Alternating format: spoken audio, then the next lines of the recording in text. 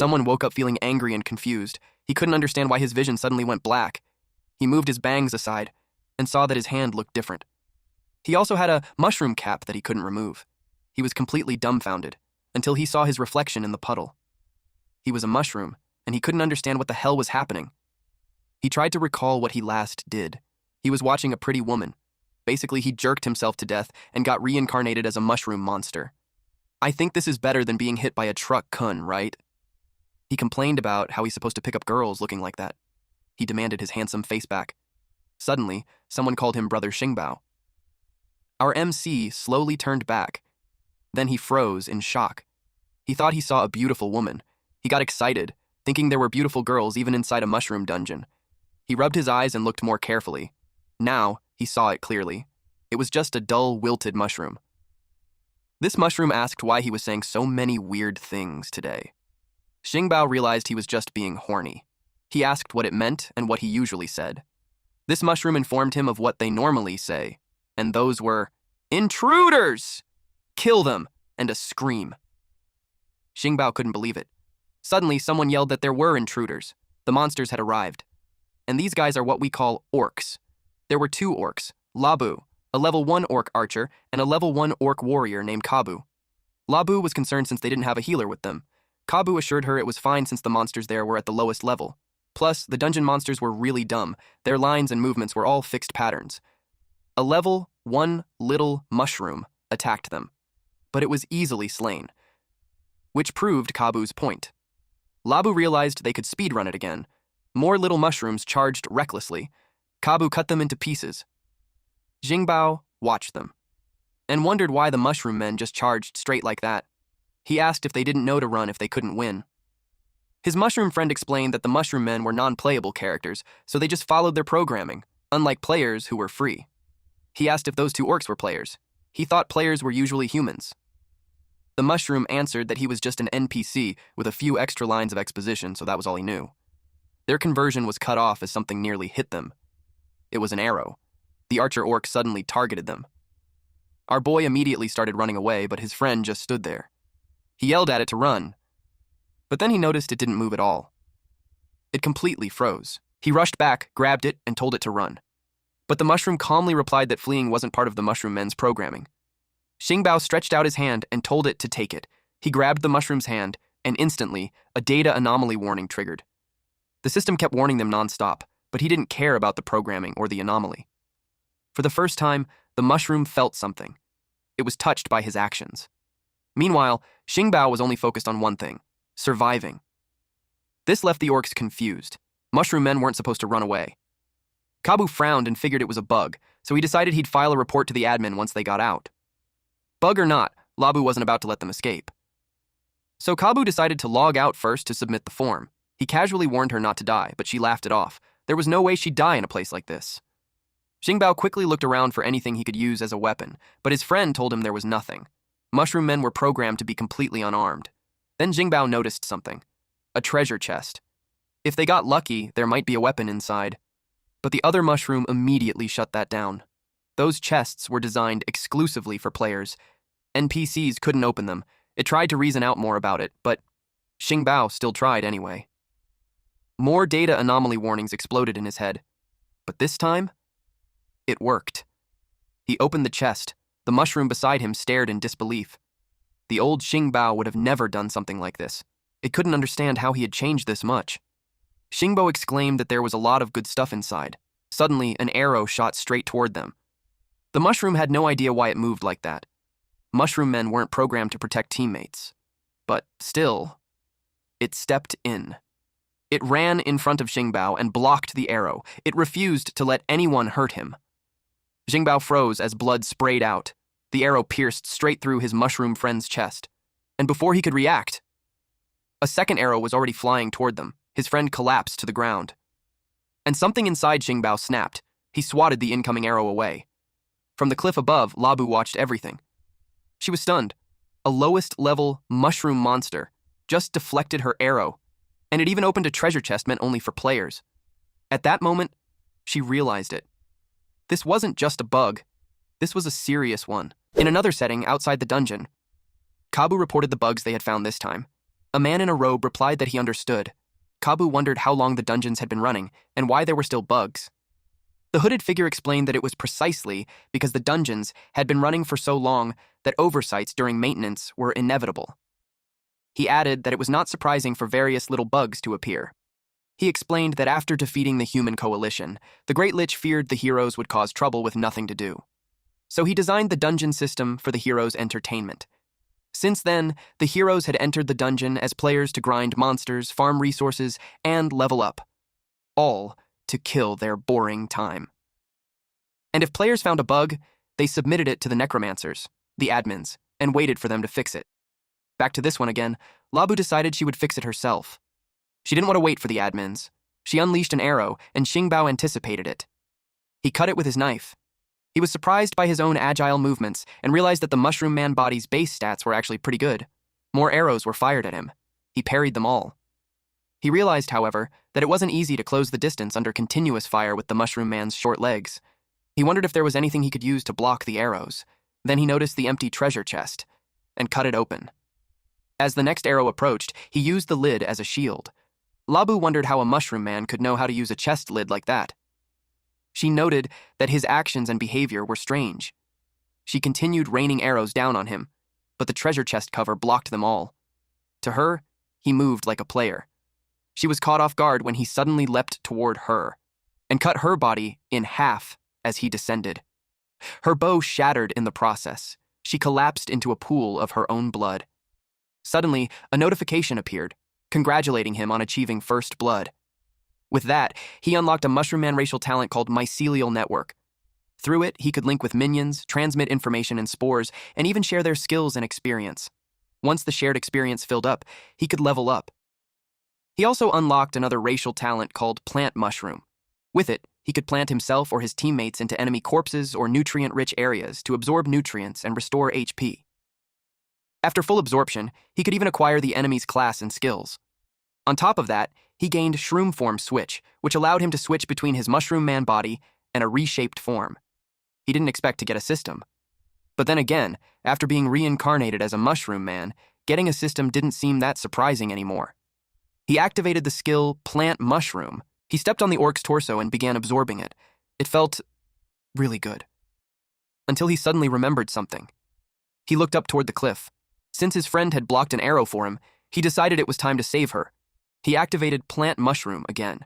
The area was enveloped in a bright glow. Small sprouts began to grow from the corpse. Then, a leg started to form.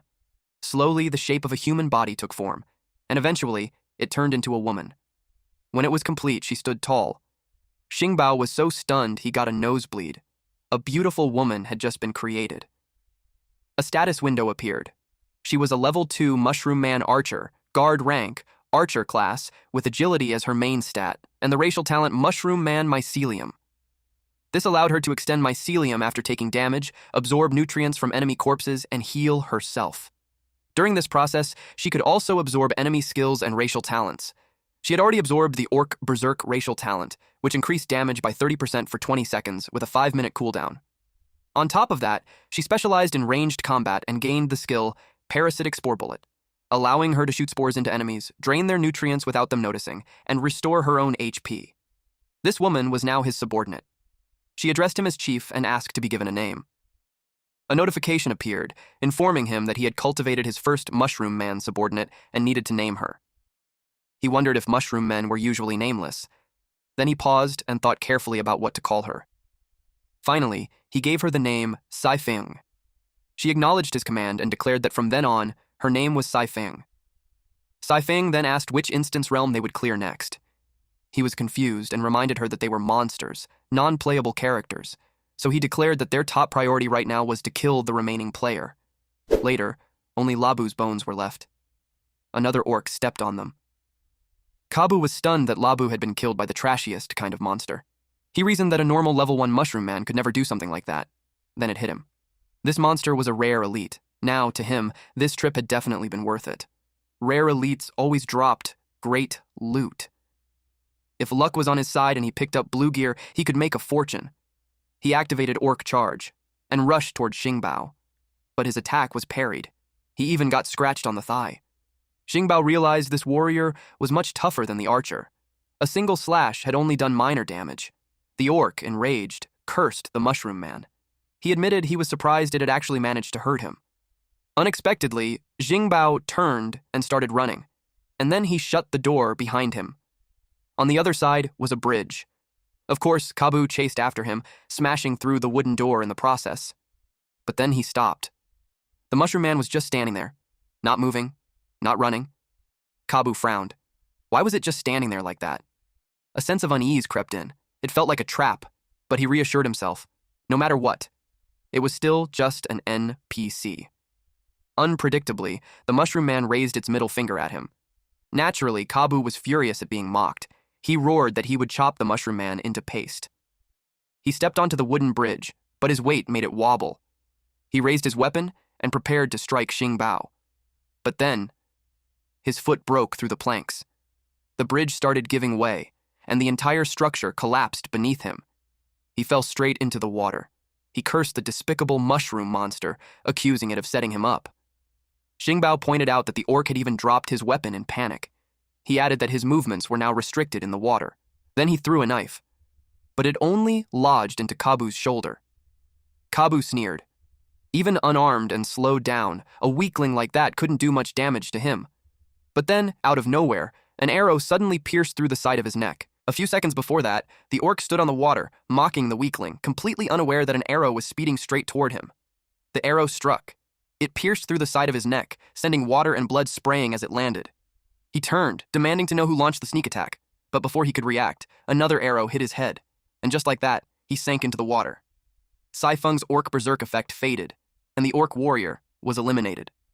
They dragged the corpse onto the shore for Jingbao to do his thing. He activated his ability and absorbed it, and gained the power to reshape his appearance. Smoke filled the air. When it cleared, he was back in human form. Saifeng stared, surprised to see something swinging between his legs. Jingbao panicked, but then he realized it was just the axe handle. For a second, he thought he had forgotten to wear clothes and was fully exposed. A status window appeared. He was now Mushroom Man Chief Yang Jun, Rank Chief, Class Warrior, Blue, with Strength as his main stat, and at level 2. His Mushroom Man Mycelium talent allowed him to extend mycelium while injured, absorb nutrients from corpses and other substances to heal, and during that process, absorb enemy skills and racial talents. He retained the Orc Berserk talent, boosting damage by 30% for 20 seconds, making him far stronger in melee combat. Another notification appeared. Plant Mushroom had upgraded.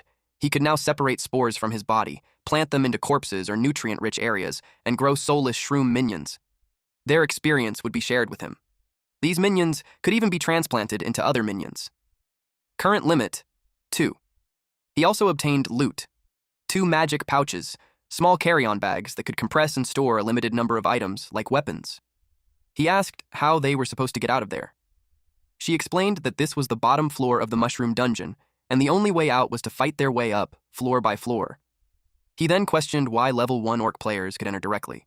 She explained that players had special privileges and could choose to start from the lowest level dungeons. He got curious about how she knew all that. She replied that she had overheard it from player chats back when she was still just an NPC. With that, he made up his mind. They would fight their way out, 1 floor at a time. They moved forward until they reached a fork in the road. He asked what lay on each path. She explained that the left led to the level 1 slime floor, while the right led to the graveyard. He told her to head to the slime floor and start grinding. As for him, he would check out the graveyard. When she asked what was so special about it, he smirked. It might be a graveyard now, but in the future, it would become their home turf. On the way, he picked up some ragged clothes and put them on. As he got closer, the smell hit him. Even from a distance, the stench was overwhelming. This place was where everything got dumped. Garbage, corpses, and who knows what else. He finally arrived. Even though the remains had been there for a long time, he could still sense leftover nutrients. He spotted materials mixed into the soil, potion residue, tar, even a torn magic book. With 1 slot left and enough nutrients, he decided to plant another shroom minion. So, he absorbed everything. A strong wind blew through the area. Then, something emerged. A mushroom, with a flaming head. A level 2 pyro shroom. Fire was its main stat. It had the skill Pyroblast, launching explosive fire attacks that engulfed enemies and drained their nutrients, and Blazing Sprint, boosting its movement speed by 50%. It looked intimidating. even if it was a bit small. Then he noticed something. Lights. His eyes widened. Lightning suddenly shot toward him. He reacted instantly and leapt away. Once he landed safely, he turned back and looked for the source. He was attacked by a level 2 graveyard dominator, a lightning snail.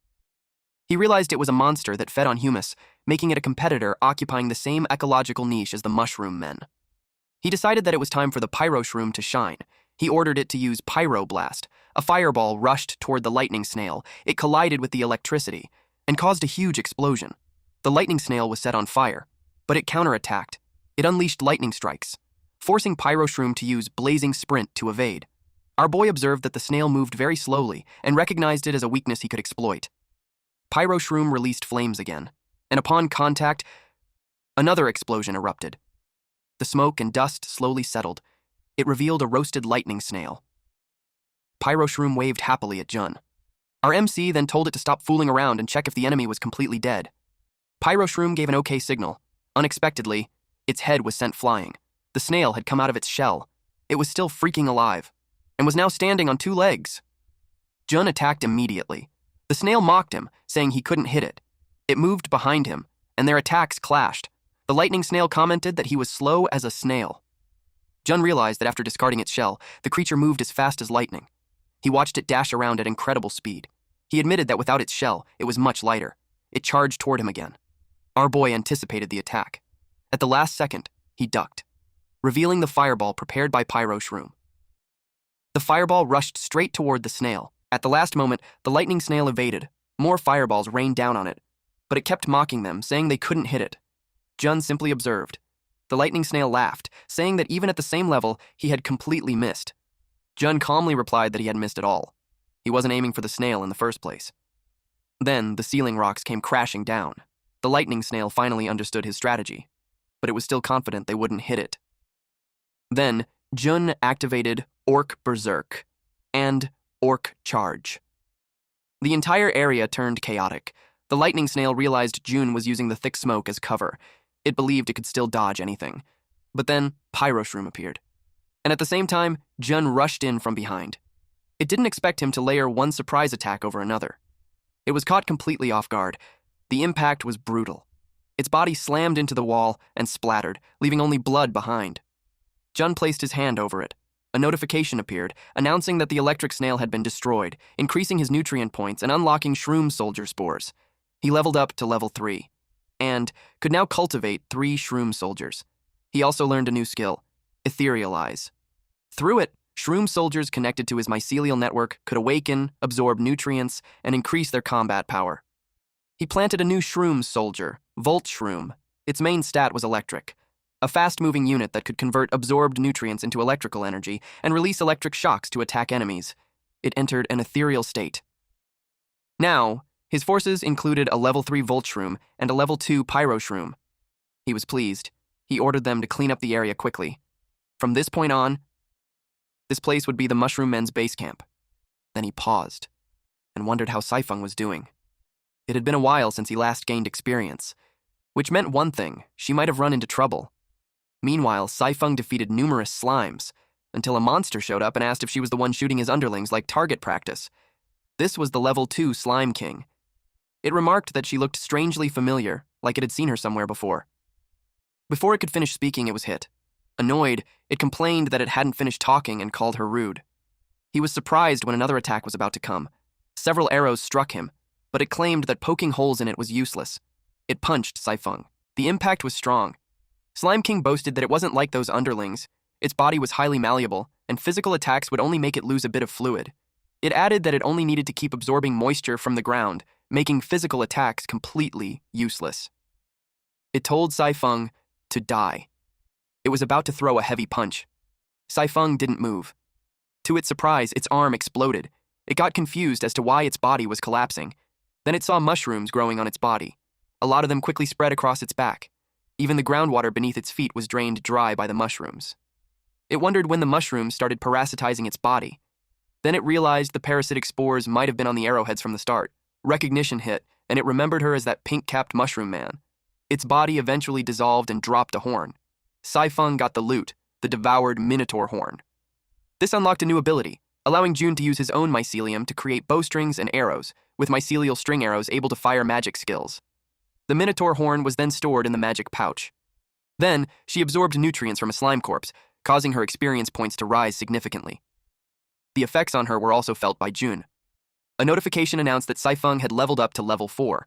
She unlocked Mycelial Arc, allowing her to create bowstrings and arrows using her own mycelium, and her mycelial string arrows could fire magic skills. Another notice revealed that Yang Jun had also leveled up to level 4.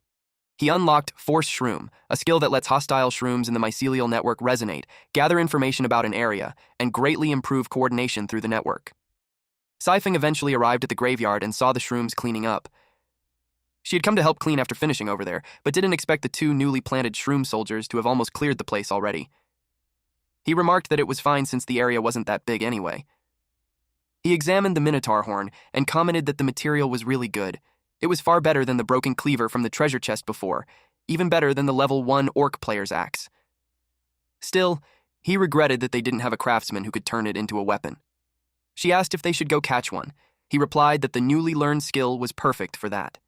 He suggested they look around for any players or corpses nearby with craftsman skills. He spread out his mycelial network. Probe shrooms sprouted across the field. Through it, he sensed players fighting nearby. 3 monsters had cornered a man. They told him he had nowhere to run and should just come back with them to forge weapons. The man refused. He didn't want to go back and become a slave. He accused them of working his clansmen to death while forcing them to toil. The blue orc-like monster told him to die instead. The craftsman died. Through the probe shroom, Jun realized he was too late. She asked what was wrong and why she couldn't see anything. He explained that she would be able to see once she extended her mycelium and connected to the network. She followed his instructions, and soon she could see as well. Since things had come to this, if he couldn't save the living, he could at least save the dead. He reasoned that death was just living in a different way. He began releasing spores through the mycelial network. While they were busy, Pyro Shroom and Volt Shroom were fighting over a garbage bag. But in an instant, Pyro Shroom vanished.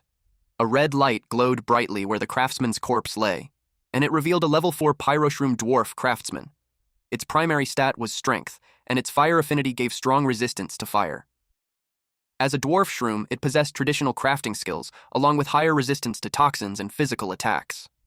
Of course, it had a craftsman skill, so it specialized in forging and creation, and with the blessing of the fire attribute, its forging efficiency was even greater.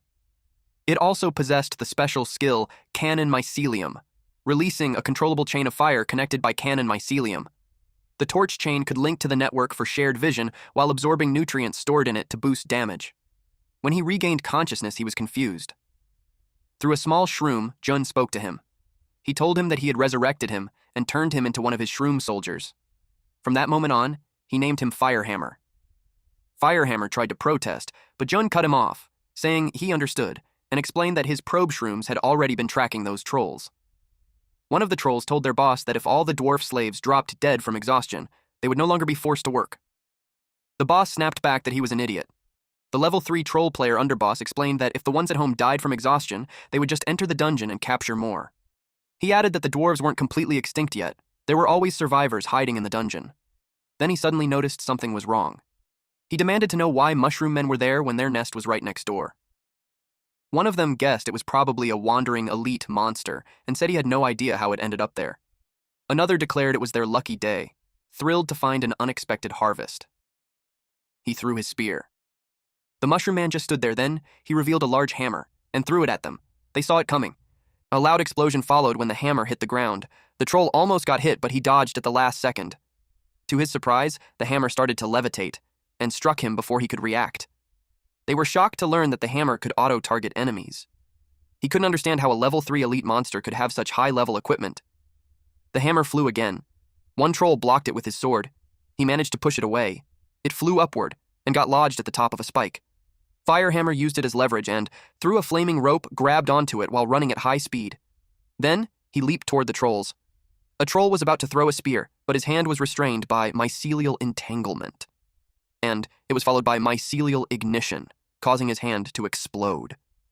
Firehammer targeted the next one. He jumped onto its back, slamming its face into the ground. He saw another one about to attack with a morning star, but he landed a punch first and sent the troll crashing into the mountainside. Firehammer pulled his hammer back to him. The troll was shocked when he broke the wooden pillars above to cause a cave-in. Even after taking a few hits, the troll stayed confident. He thought he could still dodge the next attack. Firehammer unleashed Firehammer Ignition. The hammer was covered in flames. Then he activated Flying Hammer Fire Rain. The troll knew there was no way to dodge it. When it hit the ground, the flames triggered a chain of explosions. The system notified that the giant deer player had been eliminated. A notification announced that Craftsman Firehammer had reached level 5. He unlocked a new skill called Scrap Recovery, allowing him to strike debris left by the hammer and recover any usable parts. Another notice revealed that Jun had reached level 5 and unlocked a new item. Bundle Foil. A rare and durable work hoop that could be assigned to subordinates to help with daily tasks like forging, gathering, and cultivation, and in emergencies, it could also be used as a Jaeger. Saifeng had also reached level 5 and unlocked a new skill, Instant Backstep, allowing Jifeng to teleport to an arrow he had fired through an arrow thread. Jun told him he had done a great job. He sent the coordinates and told them to come find him. Moments later, they met, and Firehammer hesitantly asked if his chief was human. Jun explained that the reshaped form of a mushroom man was influenced by the race they had in life, and since he had been human before, he now looked human. He added that Saifeng had also been human before being turned into a mushroom man by the Archmage, so her reshaped appearance was human as well. By that logic, he concluded that Firehammer was roughly the same. He changed the subject and asked if Firehammer could use the horn to forge weapons for them. Firehammer agreed that the horn was good material, but he warned that they still needed other materials, and it didn't seem like there were any around. Jun replied that this was the Great Graveyard, so materials would arrive soon enough. He heard a noise above, and not long after, weapons started being dumped through the hole. They picked up a discarded magic iron bracelet. Firehammer used a salvage hammer to reforge it. He threw it into the furnace. Apparently, these wasted equipment are turning into magic iron ores now. On top of that, a level 5 farm shroom assisted him. Firehammer used his forging hammer again, and told the chief that the weapons were done. He also used scrap materials to make him some pants and shoes. He examined the exquisite double-edged sword closely and realized it was far better than the crude orc axe from before. He said it was a really good weapon. It had low magic power. The user could infuse mana into it to cast spells from the blade. The material was quite common, so there was a risk of damage if high-intensity spells were used for too long. Saifeng held an exquisite mycelial bow. It also had low magic power. The user could use their own mycelium as the bowstring and channel spells into the arrow through it. If it fired enchanted arrows of very high intensity, there was a risk of damaging the bow itself. Firehammer told him he had sewn a magic pouch into the lining of his clothes. Now, it was much easier for him to take out weapons. Saifeng asked where they were going next. He answered that they were going to punch through the floor. Over the past few days, he had used the mycelial network to explore the area. The Great Graveyard was at the very bottom. If they went straight up through the garbage chute, each floor had a one-way barrier that only allowed movement downward. But at the end of each floor, there was a passage leading to the next level. So, if they wanted to go up, the best way was to fight through every floor. Besides, they couldn't just let others stay peacefully in their territory. Saifeng asked if they were bringing Firehammer, saying that having one more shroom meant more strength. She felt that Firehammer wasn't just good at forging, but was even more ruthless when fighting. Someone had to guard the place, and they couldn't clear other areas only to return and find their home gone. Still, through the shared mycelial network, Firehammer would gain experience when they killed monsters. He stepped on something and felt a force. A wall dropped down, separating him from Saifeng. He wondered if it was a trap hidden within magic sigils. Now he understood why the probe shroom couldn't detect it. He laughed and said that with the wall's thickness, all he needed was one punch. He wrapped flame mycelium around his fist to create a fire attribute explosive attack. He punched it, but instead of breaking, he was blasted backward. A magic circle appeared where he struck. He realized the trap wall was reinforced with a magic array. Trying to break through it wouldn't work. He added that he and Saifeng would have to take different paths. Since that was the case, our MC turned around. The path ahead led into the Instance Realm's slimy corridor. After they were separated, the terrain changed. He could see many eyes in the dark entrance. He watched carefully and realized it was a snail's nest. One snail recognized that he was the one who killed their brother in the Great Graveyard. He told the others to get him, so they attacked him with electricity. Jun planted his Volt Shroom. The electric attack struck the ground. The snails thought they had hit him and finally got their revenge. To their surprise, one of them was cut in half. Then it happened again and again. Jun moved at incredible speed, forcing the snails to switch to shellless mode to move faster. They were determined to show him the terror of the shellless tribe. but they sensed the mycelium. In a blink, Jun had trapped all of them and activated mycelial detonation. It triggered a series of explosions, and he kept receiving notifications of increased experience. Moments later, he reached the door and went inside.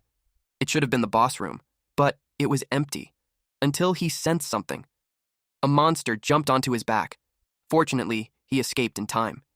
He saw a snail shell. It spun toward him. He blocked it with his sword, but it kept spinning. The force launched him into the air. That's when he used his mycelium. It latched onto the shell, and he activated mycelial lightning channeling. An explosion followed. The area filled with smoke. The level 5 Snail King revealed itself. It was a tall, bipedal snail with armor and a sword. Jun realized there was a second phase, and he found it interesting. Meanwhile, Saifeng drew Jun in her mushroom form on the ground.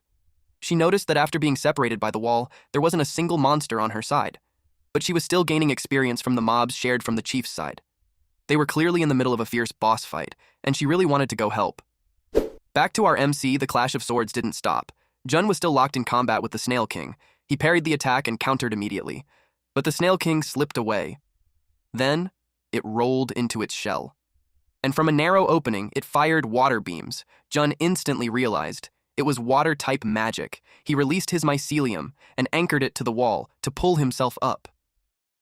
He didn't know what kind of liquid it was, so he stayed cautious and chose to dodge first. The moment it hit, his mycelium slipped. He froze for a second when it wouldn't stick anymore. He dropped straight into the puddle, and the attack came instantly. Fortunately, his reflexes kicked in and he blocked it. But even then, he was pushed back. The surface was insanely slippery. He couldn't even stand properly. He quickly realized even the ceiling might be coated with the same fluid, which explained why his mycelium failed earlier. The Snail King declared this was his home ground, and Jun had zero chance of winning. The next strike forced Jun to drop his sword. The Snail King rolled into a ball again and moved in to crush him. Water burst out like a fountain from the impact. Seeing the mycelium, the Snail King asked if he was a mushroom man, then mocked him for daring to compete, calling him nothing more than something at the bottom of the food chain. Electricity surged through Jun's hands as he reached into the water, and the blast sent the Snail King flying away from him. The current spread fast through the water, but the Snail King's aura crushed it instantly. Jun didn't expect that. The Snail King scoffed and said that since Jun had already used that move once, he wouldn't fall for it again. Jun tried attacking using the water's conductivity, and the Snail King found it amusing.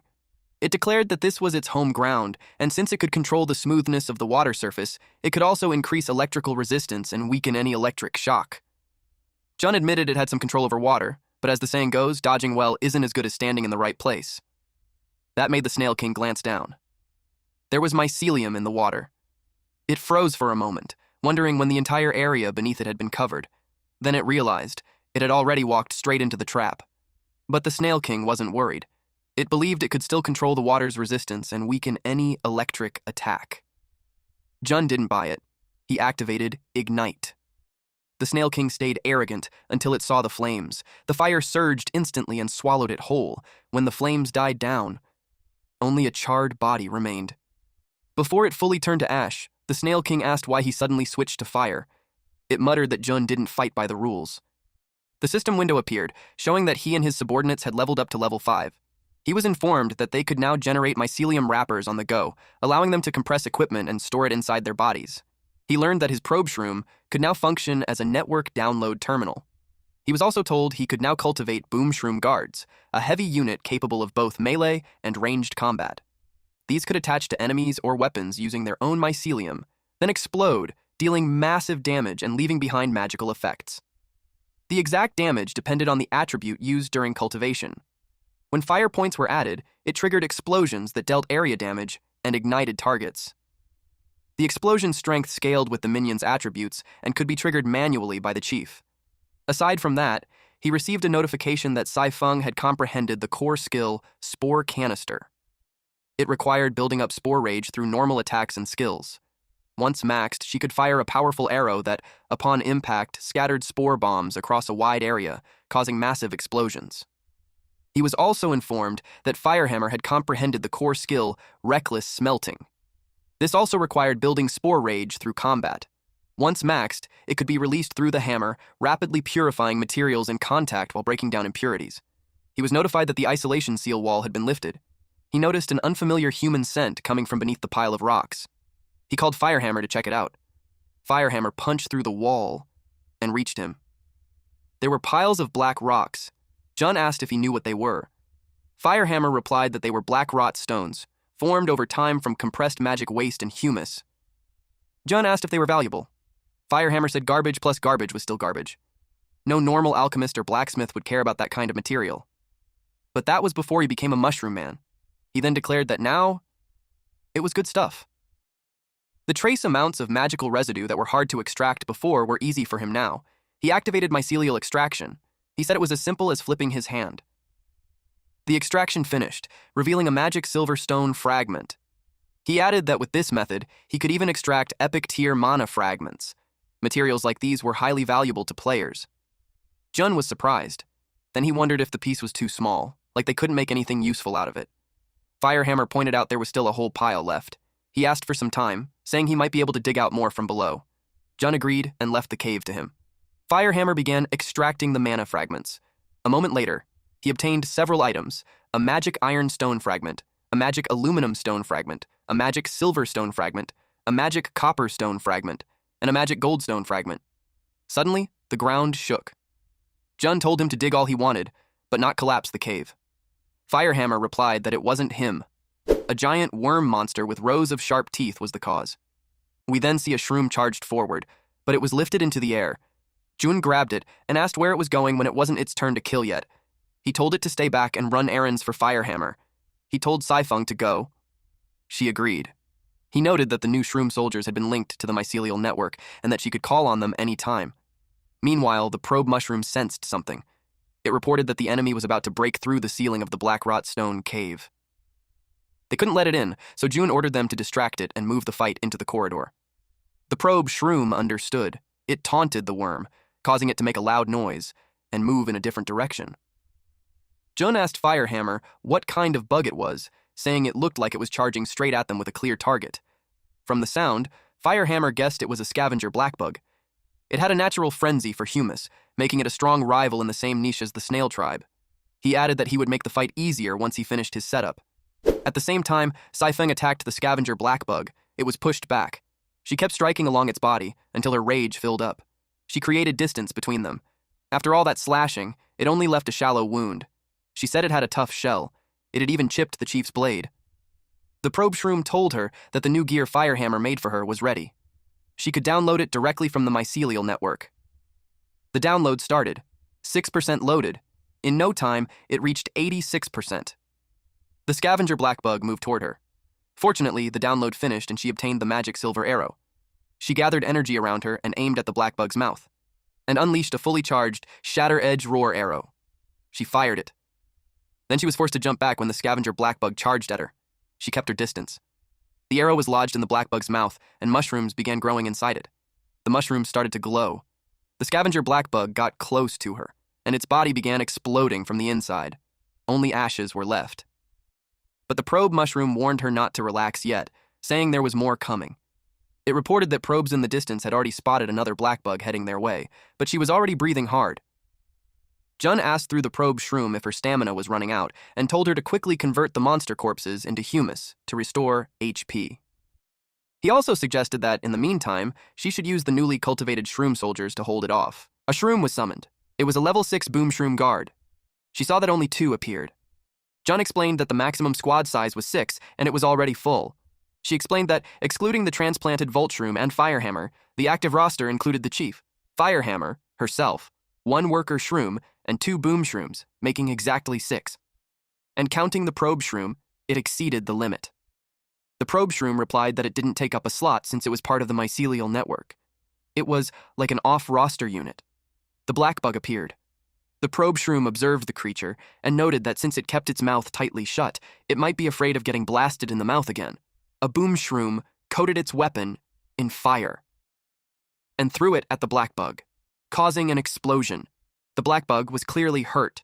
The other boom shroom attacked with a sword. It struck the upper body of the blackbug and shoved it away. They watched it fall. Saifeng wondered if the new shroom soldier was strength type, since it had sent the massive blackbug flying with a single strike. The boom shrooms regrouped. One of them approached the blackbug to pull its spear out. while the other charged at it and threw a self-destructing flying sword into its mouth. The black bug's upper body exploded, the system window appeared, showing that our MC's experience points had increased and that the Mushroom Man tribe had reached level 7.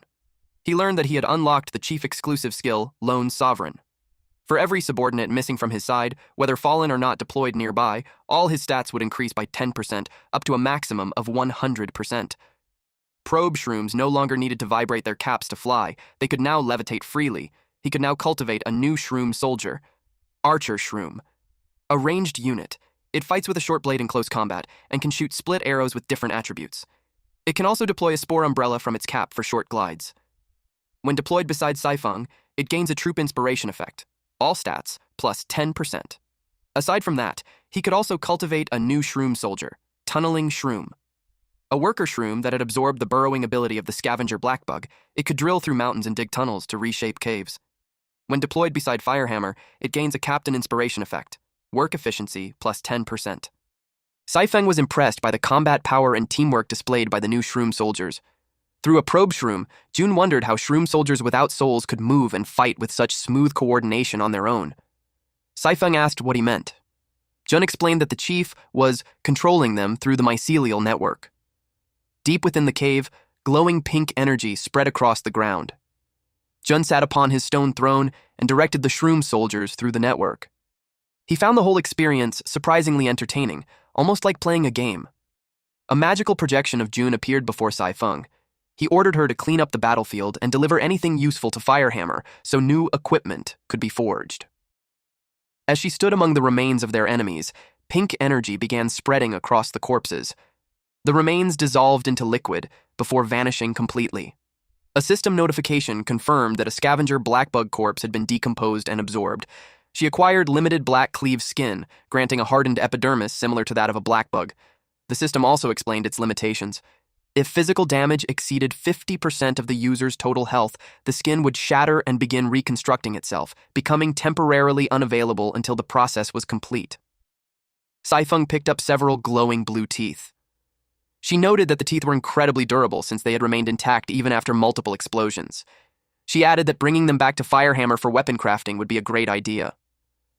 As she prepared to leave, a powerful gust of wind suddenly swept through the cavern. The air converged at a single point and carved a deep hole into the rocky ground. A massive vortex formed and drilled deeper and deeper into the earth. Far below, a cloaked figure watched from the shadows. The system identified him as low-level admin Death Reaper number 10. He found it strange that every monster on the lowest floor had suddenly become unresponsive. He was particularly annoyed that the 2 black bugs he had sent down, whose levels far exceeded anything on the lowest floor, had been completely wiped out. For a moment, he considered going there personally, but he quickly abandoned the idea. The pay simply was not worth risking his life. Then he noticed that there was still plenty of expendable cannon fodder available. He turned toward a group of bacteria monsters and asked whether any of them wanted to become players. The bacteria were shocked.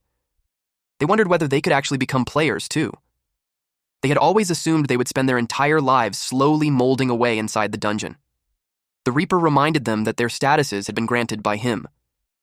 He activated purple magic through the book in his hands.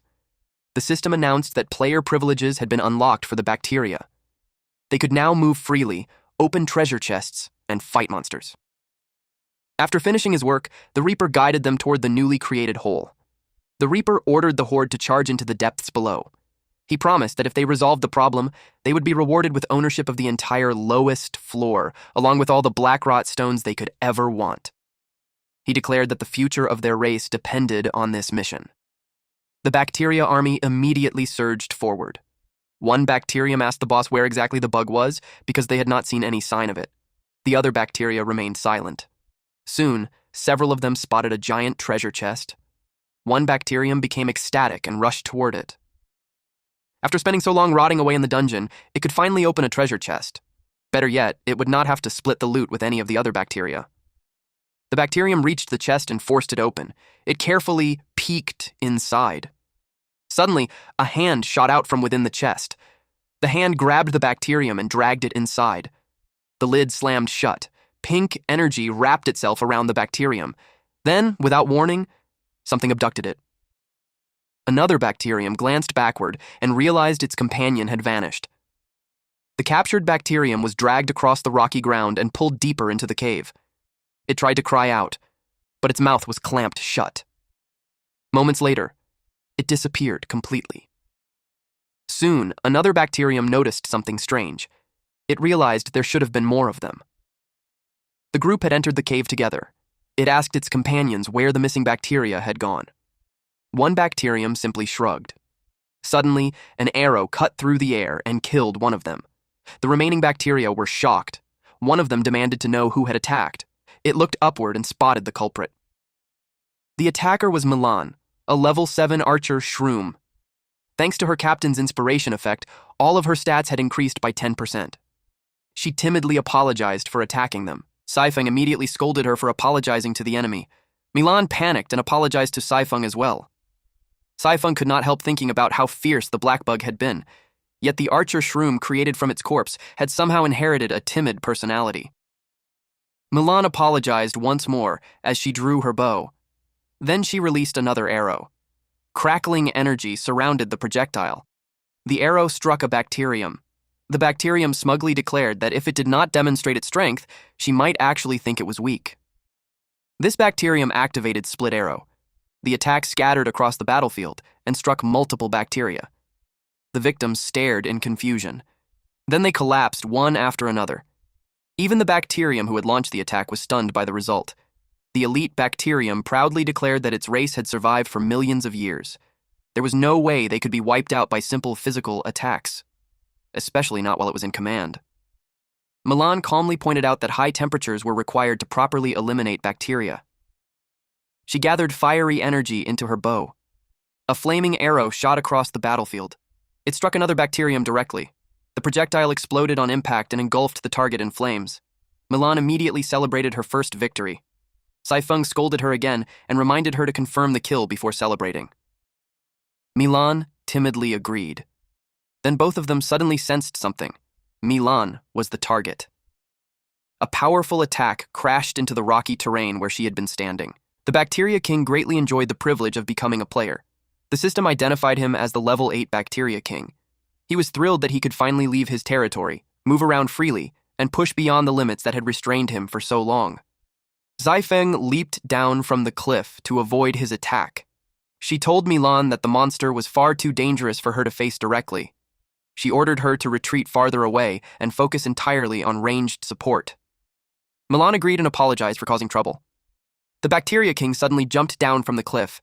The ground shattered beneath his tremendous weight. Saifeng immediately raised her bow and fired several arrows. The Bacteria King casually deflected every single shot. Then a flaming arrow streaked toward him.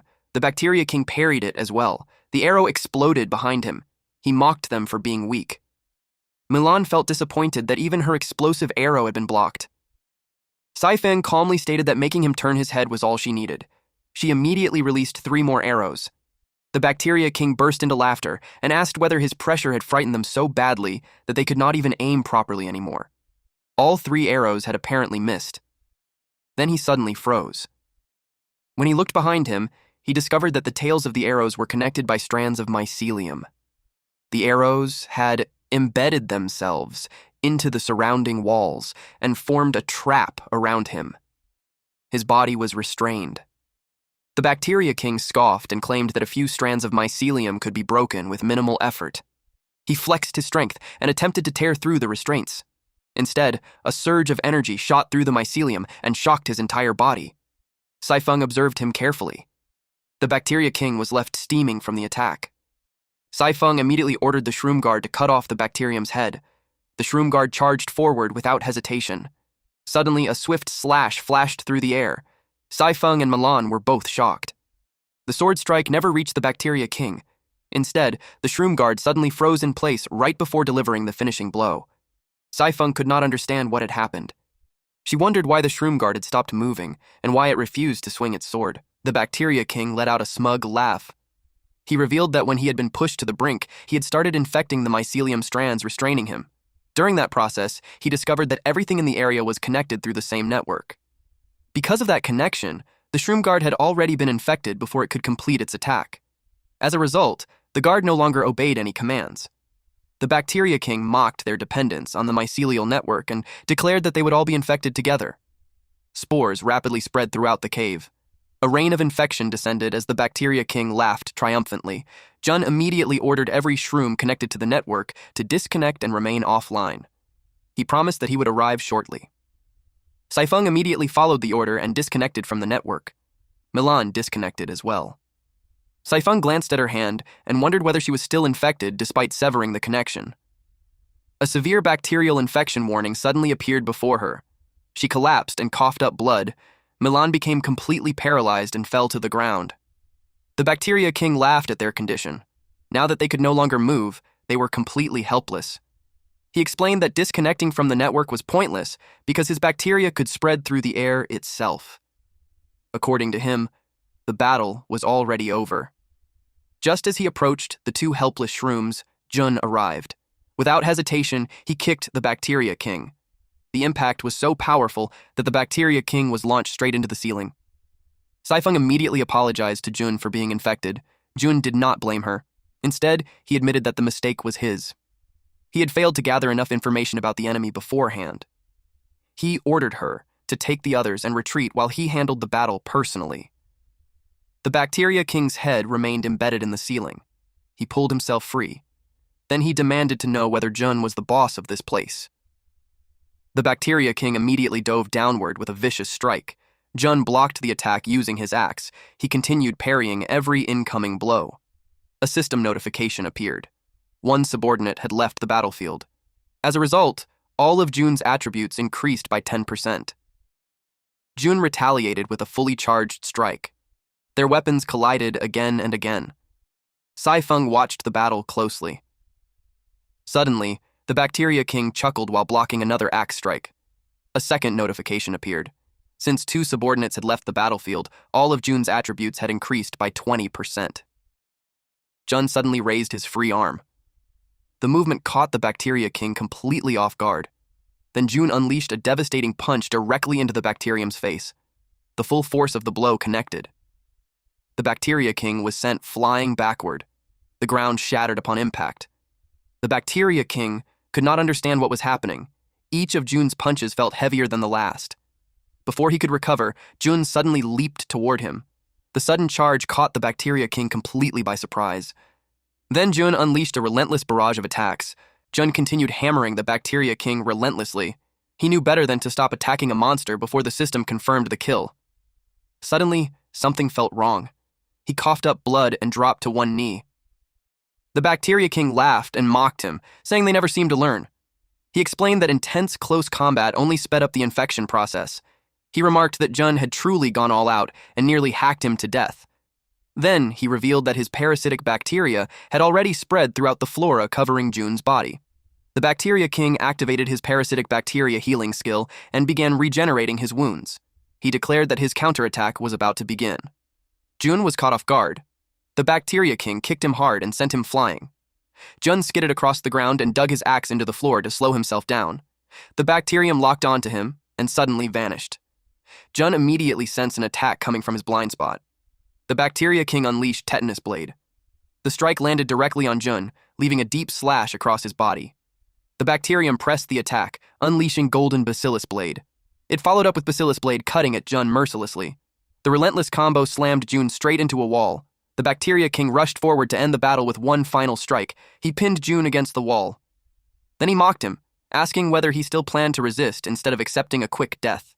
Otherwise, he would slowly torture him alive with his bacteria. Jun asked what bacteria he was talking about. To the monster's shock, the bacterial plaques covering Jun's body suddenly vanished. Reeling backward, the Bacteria King could not understand what had just happened. A system notification appeared. Because all of Jun's subordinates had evacuated the battlefield, all of his stats were boosted by 60%. It also displayed Saifeng's shared skill, Limited Black Tough Skin, which created a hardened epidermis that shattered and reconstructed whenever physical damage exceeded 50% of maximum health. While reconstructing, the skill remained unavailable. Jun raised his arm and blocked the next attack. Then he unleashed a powerful slash and revealed that he had brought antibiotics. The Bacteria King was stunned. Jun threw his axe, and it pierced straight through the Bacteria King's shoulders. and then he pulled. His mycelium dragged the Bacteria King directly toward him. The Bacteria King's body could not resist the pull. One day earlier, in the Great Graveyard, Jun learned about antibiotics. Firehammer explained that the black rot stones contained small traces of antibiotics that had once been used to fight bacteria. These were leftovers from alchemy bottles discarded by high-level players, and over time, the residue had seeped into the stones. Jun remarked that while others threw such things away, he collected them. What was worthless to others was priceless to him. He ordered Firehammer to gather more for future use. Firehammer immediately agreed. Back to the present time, Jun infused his attack with antibiotics. He unleashed an antibiotic strike. The attack blasted the Bacteria King backward.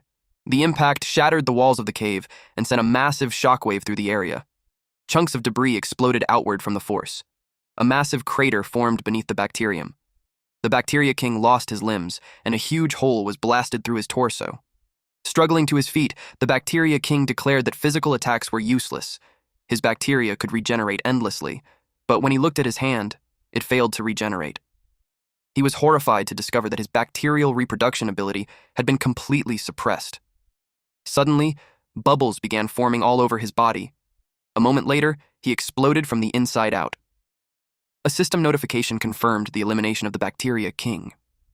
Jun and all of his subordinates advanced to level 8. The party successfully learned the racial skill Bacteria Resistance, increasing the Mushroom Man race's resistance against bacteria by 30%. They also unlocked the Decoy Shroom skill, allowing them to rapidly grow harmless mushroom clones from spores to lure away enemies. In addition, Orc Berserk evolved into Mushroom Man Berserk, granting a temporary 30% boost in combat power by forcing mycelium through the veins. Finally, the system announced that the archer subordinates had learned net arrows, enabling them to fire mycelium nets capable of capturing and restraining targets. After that fight, a mushroom field was being cultivated. Saifeng commented that the mushrooms were growing beautifully. Jun explained that after extracting the useful materials, the decaying residue left behind by the black rot stones was perfect for growing mushrooms. Firehammer happily announced that it was time to eat. At the same moment, the system notified everyone that Ethereal State had been deactivated. Gathered around a table, Jun said that everyone had spent a great deal of energy during the battle, so he was treating them to a staff meal to help them recover. Milan asked what a staff meal was. Jun realized that the term came from his original world, so it was only natural that she did not understand it. He explained that it was a free meal provided by a workplace. Firehammer confidently declared that mushrooms were staff, so a meal made from mushrooms was naturally a staff meal. Milan immediately accepted the explanation. Jun found the logic strangely refreshing, while Saifeng nearly burst out laughing and had to cough to hold it back. Meanwhile, elsewhere, the Reaper sat alone in silence. He waited beside the crater. He noted that the bacteria monsters had failed, realizing it was time to find a new batch of cannon fodder. Suddenly, the ground began to tremble. The sensation reminded him of the scavenger blackbug, though he clearly remembered that every one of them had been killed. A crimson light burst through the cave. Then a massive monster erupted from beneath the ground. A system notification identified the creature as the tunneling Earth Star. Grown from the corpse of a scavenger blackbug, it was described as a gigantic engineering shroom capable of crushing mountain rocks and absorbing useful substances from the debris. While highly effective against heavily armored units in combat, it required careful planning due to its demanding planting conditions and lengthy cultivation period. The admin Grim Reaper was stunned. The creature standing before him was not one of his black bugs. Our MC stood atop the tunneling Earth Star. He demanded to know whether the Reaper was the one responsible for sending players into his territory. The Reaper immediately realized that Jun was the bug he had been searching for.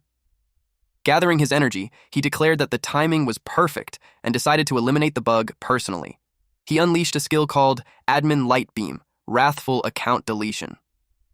A beam of purple energy surged outward. The tunneling Earth Star's petals began to spin as it charged directly into the attack. The Reaper was shocked that he was actually being suppressed. Then, a massive explosion erupted as the Earth Star slammed into him, but he managed to step back and withstand the impact.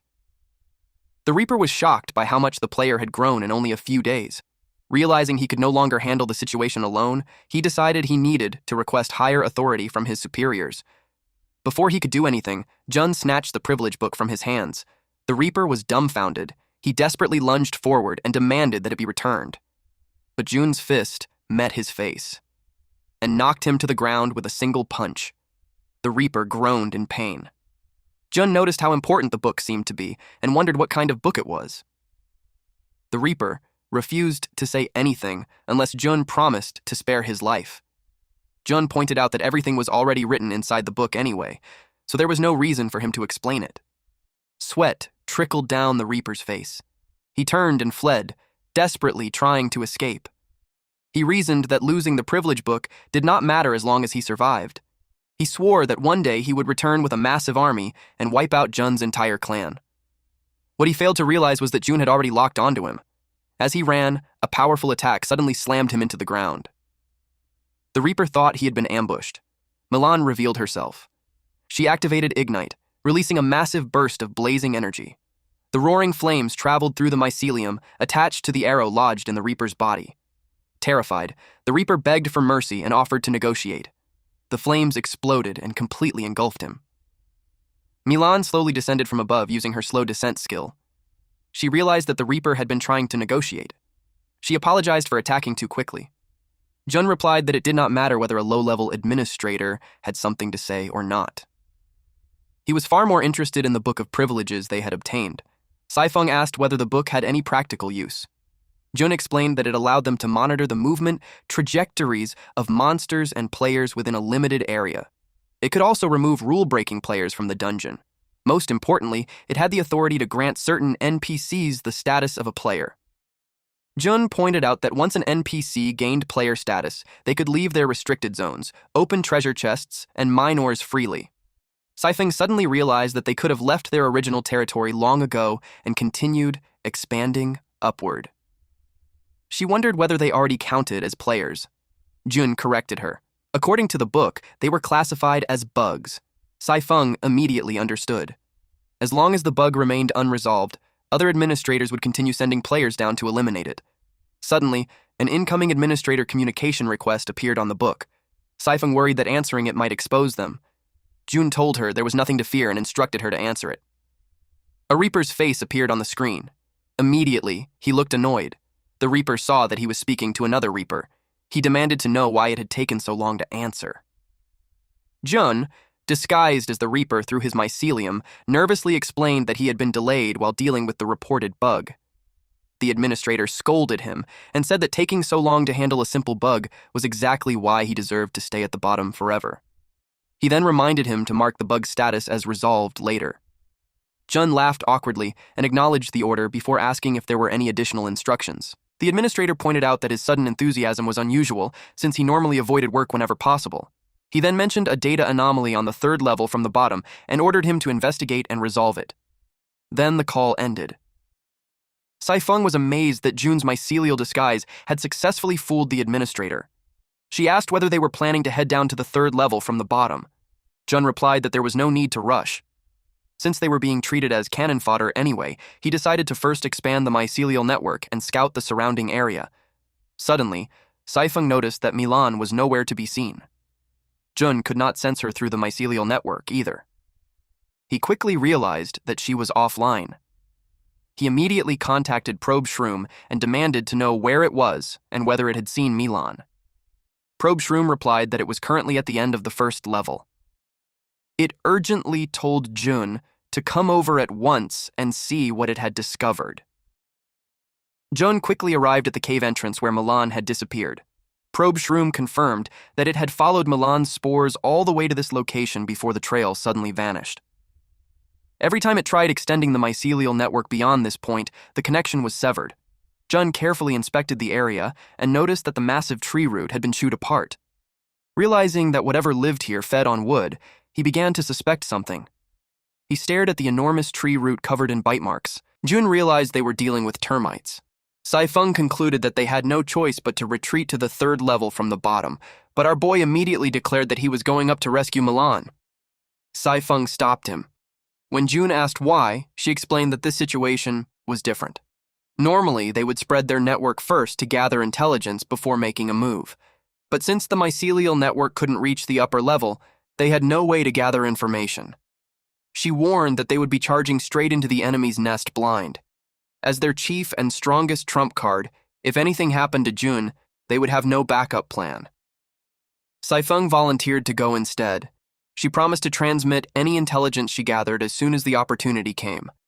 Our protagonist told her to stay safe and promised to reinforce her the moment she needed help. As she drew her bow, she wondered if using the mycelial dash to shoot straight up would be too flashy. She asked if the termites would notice it. Jun reassured her that termites were basically blind. Even so, our MC reminded her that termites still relied on other senses to detect intruders, then gave her a few final instructions. We then see a worker termite patrolling the tunnels. Its antennae brushed against something. The termite identified it as a mushroom. Excited, it grabbed the mushroom and carried it away. Through the shroom, the pheromones exchanged between the termites were automatically translated for Jun. The nearby termites watched with envy. One complained that the worker had gotten incredibly lucky. Another wondered how it had managed to find such a valuable prize. They all realized it would take all the credit and probably look down on them from now on. In reality, the mushroom was Saifeng in disguise. She couldn't help but admire how perfectly Jun had predicted everything. She didn't even have to sneak in because the worker termites carried her inside themselves. Saifeng quietly laid down a strand of mycelium. The moment a worker termite sensed it, it exclaimed that it smelled delicious. That single strand instantly threw the entire colony into chaos. The termites found the mycelium completely irresistible and immediately started fighting over it. Watching the commotion unfold, Saifeng finally realized why they hadn't received any news from Milan. The worker termite carried her past the ordinary soldier termites. Eventually, it tossed her into a pit with a loud thud. Speaking to a larger soldier termite, the worker explained that it had discovered a brand new fungus strain and asked the soldier to guard it carefully. It promised to come back and feed him personally once it had grown into mushrooms. The soldier simply responded with a huff. Saifeng popped out from the pile of debris. She looked around at the surrounding wood chips and spore balls. It seemed this place was a fungus garden where the termites cultivated mushrooms. Just then, a nearby voice told her not to worry. She turned and spotted another mushroom. The mushroom explained that worker termites only ate spore balls and had no interest in sentient mushrooms like them. He then introduced himself as Xiao Kong. After greeting him, Saifeng asked if he had seen a little shroom girl wearing a red cap with black spots, a black top, and a pink skirt. At first, Xiaokong shook his head. Saifeng described Milan in more detail, saying she always wore an apologetic expression. She added that Milan looked a little blank and silly, and constantly apologized for everything. Xiao Kong immediately realized who she was talking about. He revealed that Milan had been taken away as an offering to the termite king and queen. The moment she heard that, Saifeng started climbing the wall. Surprised, Xiao Kong quickly asked where she was going. She replied that she was going to rescue the little shroom girl. Then she asked why Xiao Kong wasn't leaving. She pointed out that he would eventually be eaten too, since sentient mushrooms were offered to the termite king and queen. Xiao Kong refused. He explained that staying there would at least let him live a little longer. If he tried to escape, the soldier termites would kill him on the spot. Suddenly, a soldier termite's head dropped from above and landed right in front of him. Xiao Kong looked up in confusion. The entire area had fallen into chaos. Curious, he climbed up to see what was happening. The moment he looked around, he gasped in shock. Every soldier termite guarding the fungus garden had been slaughtered. Xiao Kong stared in complete disbelief. She had wiped out every single soldier termite protecting the area. Deep down, he nervously wondered what kind of shroom she really was. Deep inside the nest, elite soldier termites guarded a massive burrow. One of them announced that it was time to present the captive to the termite king. Before it could finish speaking, a loud crash echoed through the tunnel. The termite immediately turned toward the noise. Another soldier termite had fallen. The elite soldier demanded to know what had happened. In the next instant, Saifeng appeared right behind it. The soldier spun around and demanded to know who she was. She answered with her blade.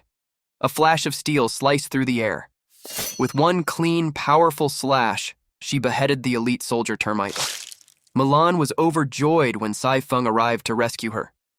Saifeng quickly cut through the ropes binding her. Milan immediately thanked her.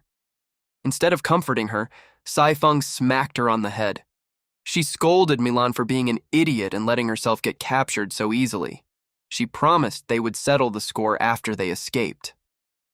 The two immediately took off running. Milan worried about the countless soldier termites blocking their escape. Saifeng reassured her that June would be there to back them up. Suddenly, Saifeng sensed something was wrong. She stopped instantly and told Milan to stay back. Milan accidentally bumped into her. She asked what was wrong. Saifeng sensed an overwhelming killing intent ahead. She suspected they had walked straight into an ambush. The next moment, a massive swarm of soldier termites burst out from the walls of the deep, dark cave. A group of soldier termites lay in ambush. One of them ordered his brothers to tear the woman apart the moment she showed herself. Soon they spotted something approaching. Saifeng emerged, disguised as a shroom. The soldier termite was baffled. Instead of the bun-haired attacker, a strange fungus strain had appeared. It wondered if their intelligence had been wrong. Suddenly, the little shroom hurled a rock while shouting, "Super lethal flying stone!" The rock smacked the termite right in the face. Silence filled the tunnel. The soldier termite flew into a rage. Furious that such a tiny pipsqueak had dared to hit him with a rock, he charged straight at her. He ordered the entire swarm to come out and rip the intruder to pieces. The swarm immediately gave chase. Meanwhile, Saifeng watched everything unfold. She declared that the decoy mushrooms had successfully lured away the ambushing soldier termites. With the path cleared, she quickly led Milan down another tunnel. Milan worried that the evacuation point was still too far away. Saifeng reassured her that they were almost there. She explained that June was using a tunneling shroom to dig an escape route. However, she warned that they couldn't get too close yet, or they would alert the termite swarm. Suddenly, a huge rock crashed down right in front of Saifeng. She noticed it instantly. Then she shouted for Milan to watch out. Before Milan could react, Saifeng grabbed her and threw her backward. A massive soldier termite burst out from a tunnel it had just dug. A brilliant flash of energy exploded. The two collided head-on. Milan cried out in alarm. Saifeng told her not to worry and ordered her to retreat according to the plan. Holding back tears, Milan apologized and ran ahead. She promised that she would carry out the retreat mission exactly as planned. Sparks flew as the battle grew even more intense. Saifeng kept her eyes locked on her opponent. Just before the crushing blow could land, she leapt backward. She landed gracefully, now standing face to face with the soldier termite captain. The soldier termite captain praised Saifeng for surviving one of his attacks, but he mocked her, claiming Milan would never escape because another ambush was already waiting along her route. Saifeng was secretly shocked that the soldier termite captain could speak the common language. She immediately realized it had evolved. She pointed out that the enemy had concentrated all of its heavy forces on the other route. That meant the smaller force on Milan's path had no chance of stopping her. Mycelial energy surged around her weapon. She drew her bow with complete confidence that Milan would make it out. The captain frowned, wondering why she was aiming at their own mushrooms. Without hesitation, she fired a powerful arrow. Meanwhile, Milan kept running. The glowing arrow suddenly flew past her. She remembered what Saifeng had told her earlier. Milan had asked how they could lure hidden enemies out if they walked into an ambush. Saifeng simply replied that they only needed to take advantage of the enemy species' instincts. Saifeng had reminded her that termites couldn't resist chewing on mycelium. The glowing arrow pierced deep into the ground before erupting with a brilliant burst of energy. Her plan was simple: lure them out and let them eat to their heart's content. The arrow released a massive surge of mycelium. A swarm of hidden termites instantly rushed out of hiding. One soldier termite immediately rushed toward the delicious mycelium. but another quickly warned that it could be bait planted by an enemy mushroom and urged everyone not to let their greed get the better of them. The first soldier admitted that made sense, but then suddenly asked where all the ants had gone. The termites, lured by the mycelium, completely lost themselves to their hunger. One starving soldier demanded that a worker feed him immediately. Another flew into a rage after seeing someone had already started eating without sharing. Unable to resist any longer, the remaining soldier abandoned all caution and demanded that a worker termite feed him too. A nearby worker immediately offered to feed him as well.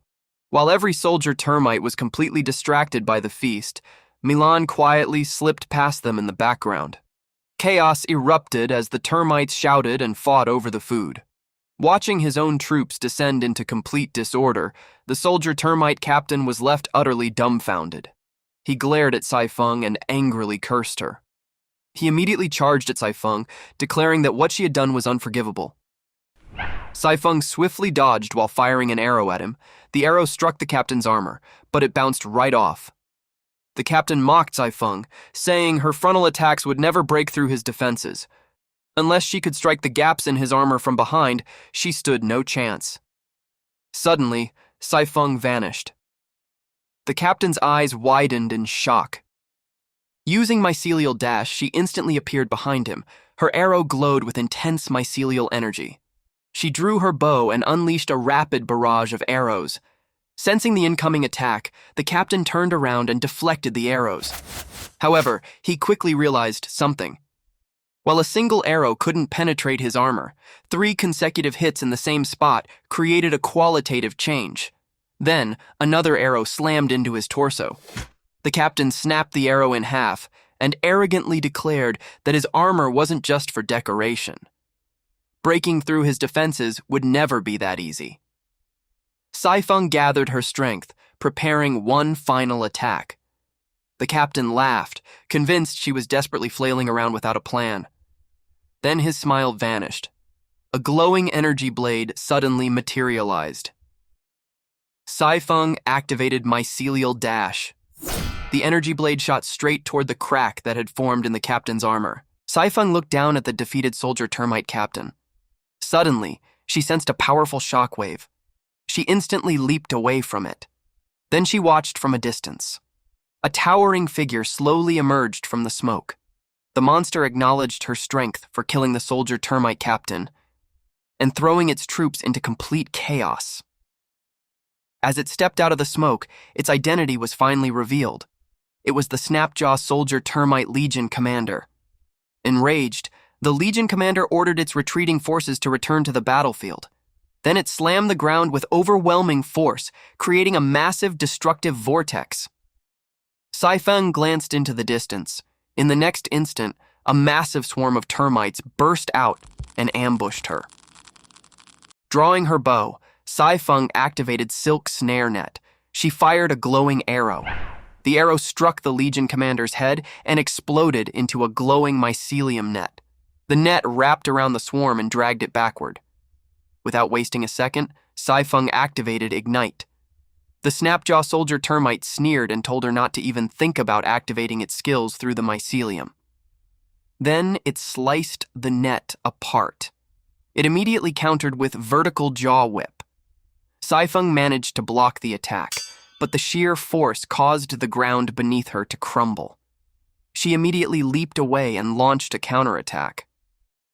In an instant, she appeared behind the Snapjaw Soldier termite. But the Legion commander proudly boasted about its incredible agility and effortlessly parried her attack. Saifeng's hands trembled.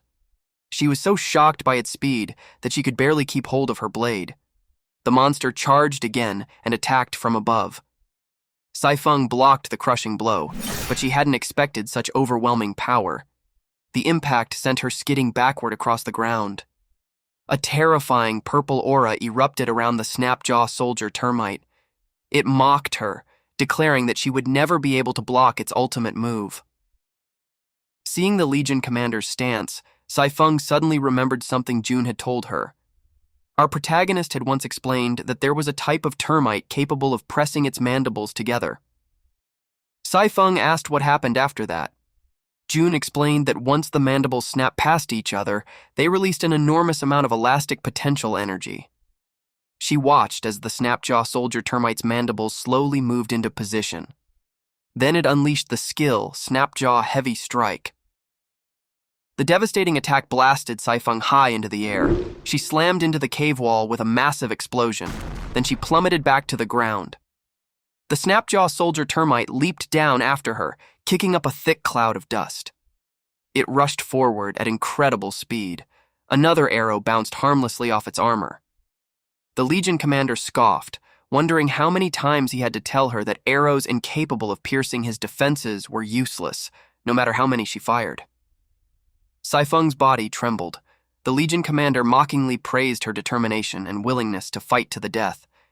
He declared that after tearing her apart, he would present her head to the queen as a souvenir. Then, he ordered the termite army to attack. The swarm immediately charged and surrounded Saifeng.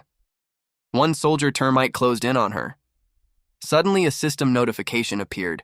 She had successfully reconnected to the mycelial network. Then something unexpected appeared. A mushroom man crashed onto the battlefield, crushing a soldier termite beneath his feet. The Snapjaw soldier termite froze in shock. The surrounding termites immediately charged at the newcomer. Then another mushroom man leaped into the battlefield. The two smashed through the termite soldiers. The Snapjaw soldier. Termite watched in complete disbelief.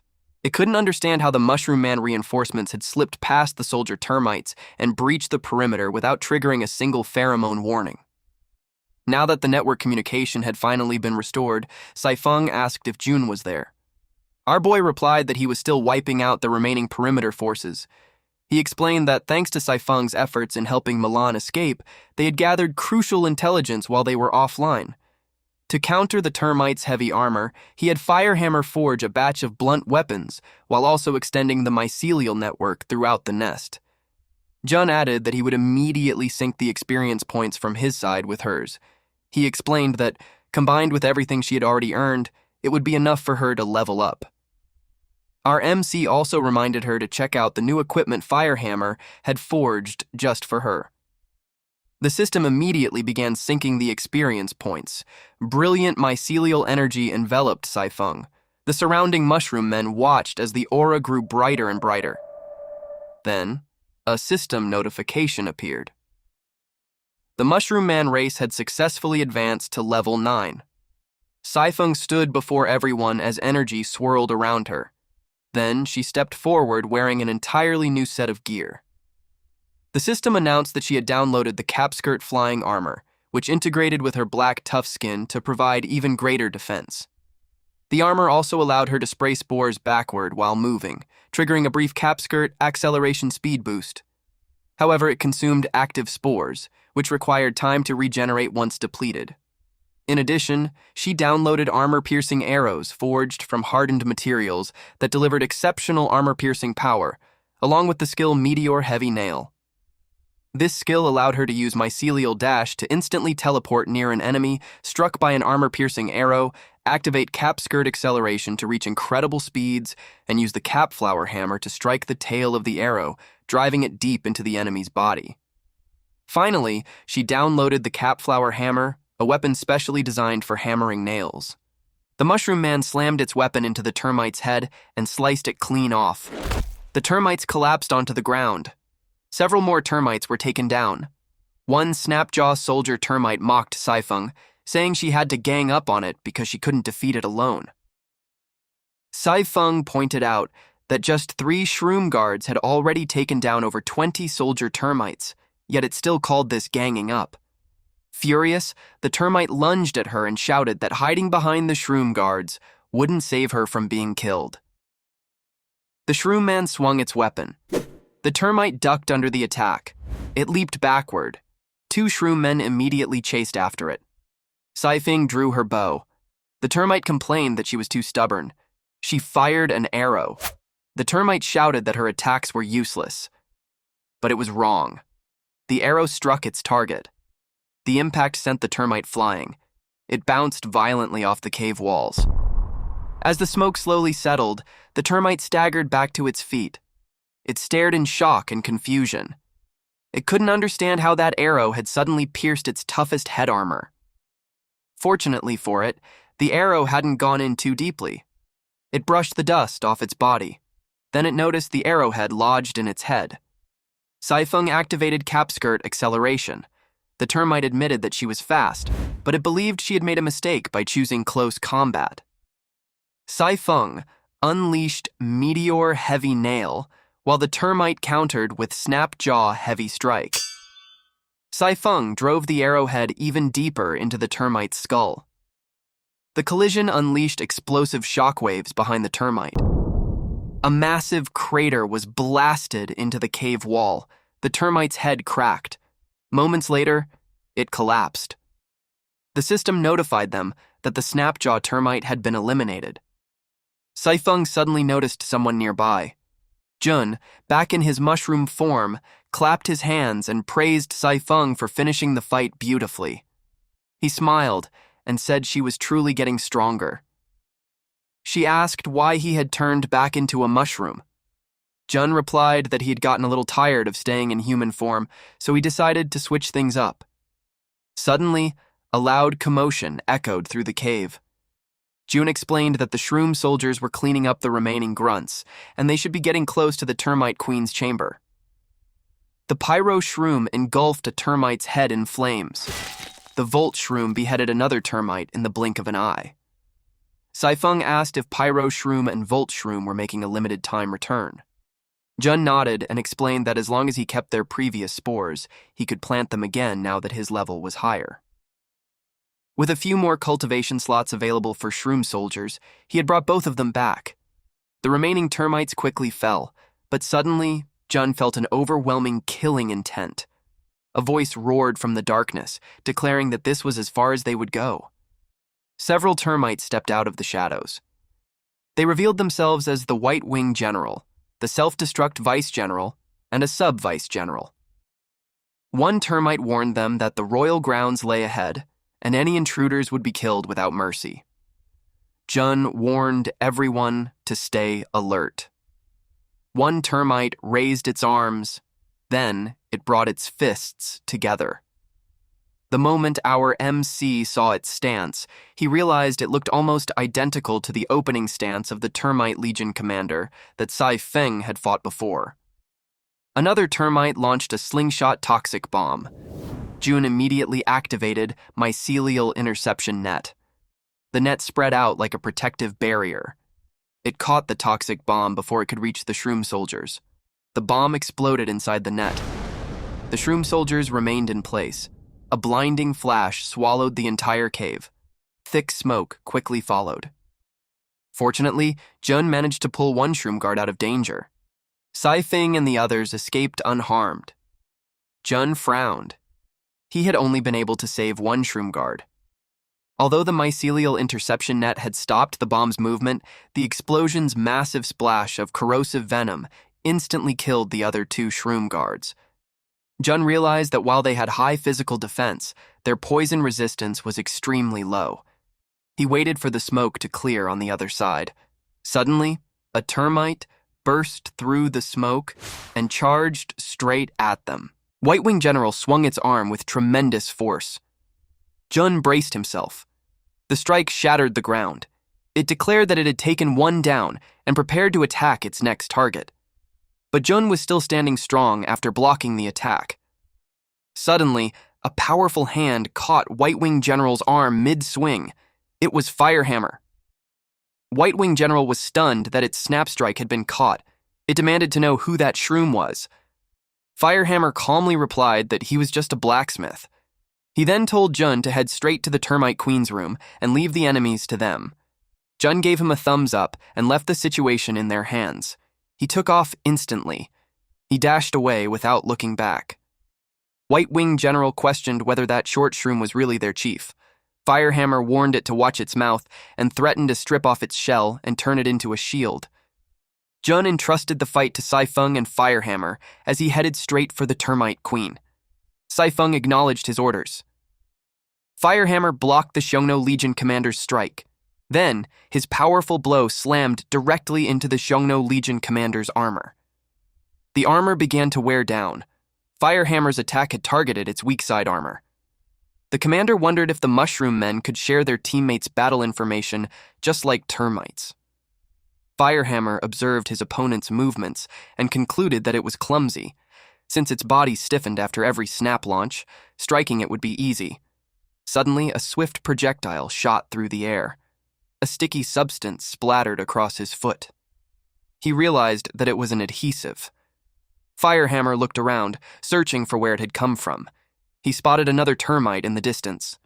White Wing General asked where he was looking, before immediately bringing down a massive strike. Firehammer panicked. The devastating blow smashed into the ground and sent him flying backward. A massive cloud of dust erupted from the impact. The other termite, a Suobai Vice General, mocked the mushroom men, claiming they could only bully weak grunts and had finally revealed their true colors in a high-level battle. It taunted Saifeng, saying that her short chief had abandoned her there to die. Pinned down by the adhesive, Saifeng merely scoffed. Suddenly, vibrant pink energy burst outward and shattered the trap. The Suobai Vice General watched in shock as the mushroom mycelium rapidly broke down its adhesive. It warned her not to even think about escaping before firing another ball of adhesive. Saifeng explained that fungi loved consuming adhesives rich in organic matter. With a surge of mycelial energy, she completely broke free from her restraints. Then, she charged toward it with an arrow. With no time to draw her bow, she hurled the massive arrow like a javelin. The Subai Vice General realized that the explosive arrow had blown apart its adhesive bomb. The scattered adhesive stuck to the mycelial net, forming an enhanced, sticky snare that trapped it. The Suobai Vice General couldn't believe the shrooms had turned its own skill against it.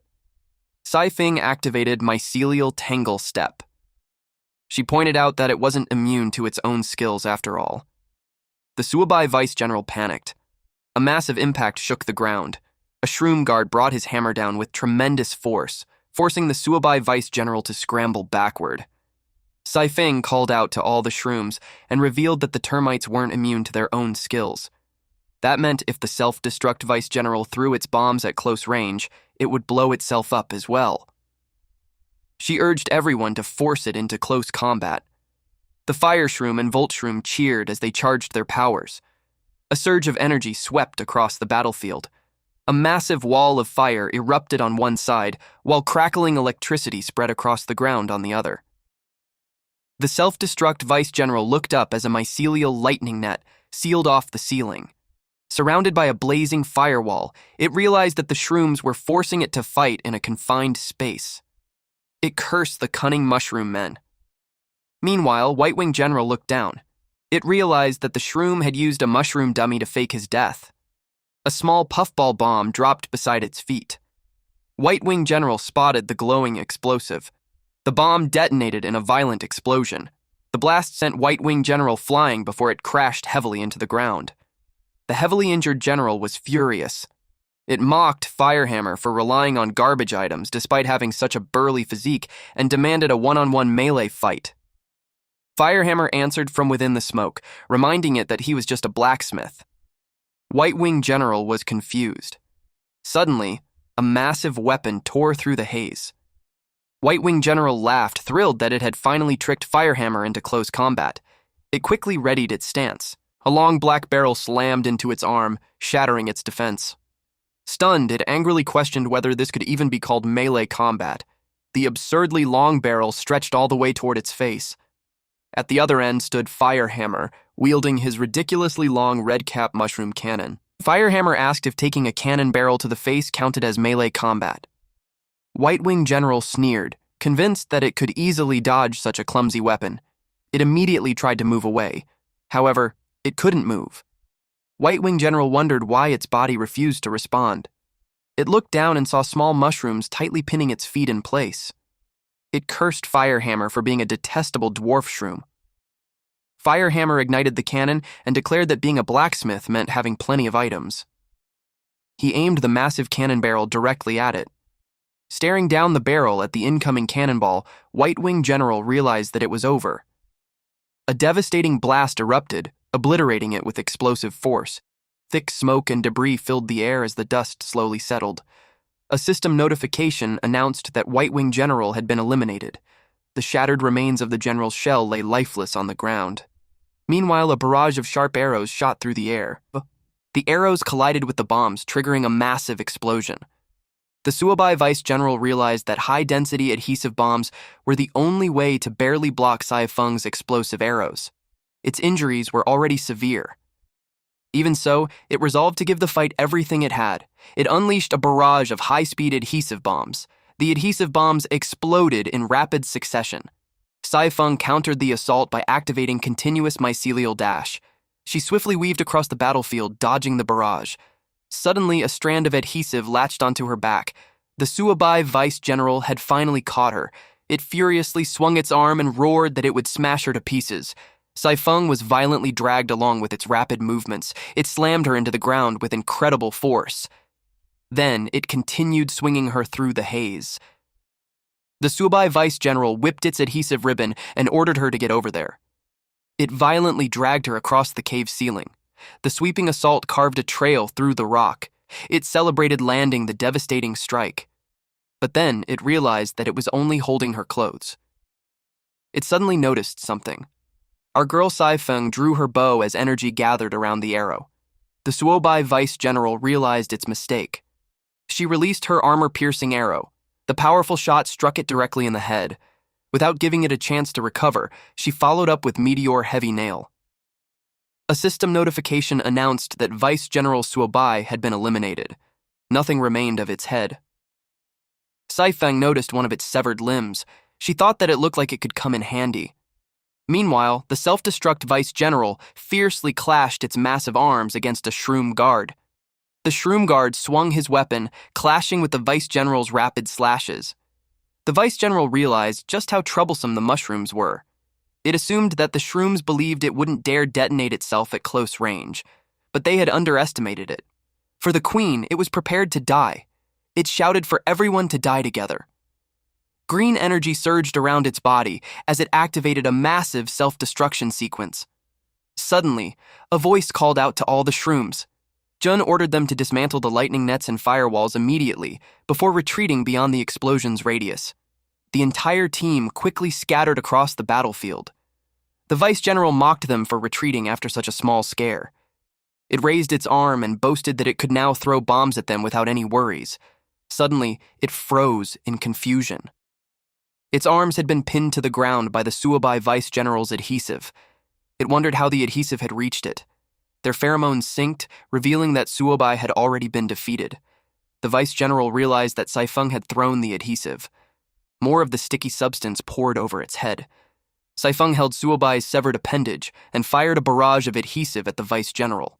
Now completely trapped, it couldn't break free. It panicked because the activated toxic bomb could no longer be turned off. A massive green explosion erupted. A system notification announced that the self-destruct Vice General had been eliminated.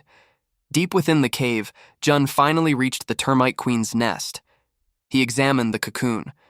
Confused, he wondered where the Termite Queen was. Suddenly, a dark arm burst through the cocoon as purple liquid splattered everywhere. A slender termite figure emerged from the cocoon. It was the Termite Queen, fungus devourer, Callus. The Termite Queen released a powerful energy from her body. Jun felt the intense pressure bearing down on him. Dust swept across the entire area. Eventually, everything within the space was blown away. Jun was shocked to see that she had absorbed all the eggs into her abdomen. He couldn't believe that she had sacrificed her offspring without hesitation. She replied that without her colony, those offspring were useless. She insisted that becoming part of her to protect their queen was the greatest honor they could receive. She demanded to know why the Mushroom Men had provoked the Termite clan. Did he not know that termites were addicted to mushrooms? Jun knew that she could sync with her subordinates through their pheromones, so he expected her to already know the reason. One of her subordinates had abducted their little shroom man. She replied that none of her subordinates had eyes, so she had no idea which one he was talking about. Jun was left speechless. She insisted that it didn't matter because she would simply use him to enrich her menu. She lunged at him. Jun was stunned by her incredible speed. She launched a powerful kick at him. The devastating attack triggered an explosion. Jun leaped high into the air and landed behind her. The stones around her feet began to float. She immediately launched the rocks at him. Jun's hands moved at blinding speed as he punched the rocks apart. He called this attack Mushroom Flurry. Dust and smoke engulfed the entire area. Suddenly, a round object flew toward the termite queen. She drew her sword. Then, she struck the incoming object. Jun suddenly materialized while holding onto it. He swung it directly at her, but she blocked the attack using both swords.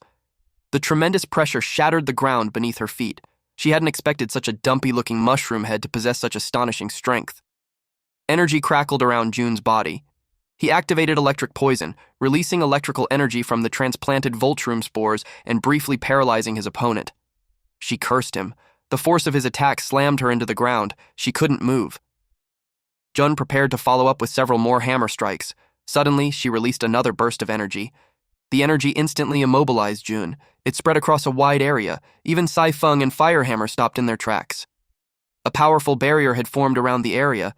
Firehammer stared at it in surprise and confusion. He aimed his cannon directly at the barrier. Sai-Feng asked if he was certain he could break through it since the barrier looked extremely sturdy. Firehammer replied that if one shot wasn't enough, he would simply fire a few more. He urged her to let him try since they had nothing to lose anyway. He fired, triggering a massive explosion. They watched the barrier carefully. Sai-Feng felt hopeful after seeing the sheer force of the impact, but the attack hadn't damaged the barrier at all. Instead, it left Firehammer crying because his cannon's chamber had been destroyed. At this rate, Sai-Feng knew that the shroom soldiers couldn't offer any help. Jun was trapped inside alone and could only rely on himself. Back to our MC, Jun was sent flying backward. He noticed that all his movements were slower inside the barrier. It felt as though he were trapped in a massive pool of adhesive. The termite queen had activated Viscous Cage. The skill isolated everything inside the barrier from the outside world. It slowed the movements, projectiles, arrows, magic, and all other attacks of the enemies trapped within it by 30%. Jun sensed something behind him. Instinctively, he tried to block it. The termite queen caught his hand and mocked him for moving so slowly. She punched him. A barrage of blows struck different parts of his body. The final blow sent him crashing into the ground. She immediately charged at him again. But suddenly, an explosion erupted. The blast distracted her. She somersaulted away to evade the fiery attack.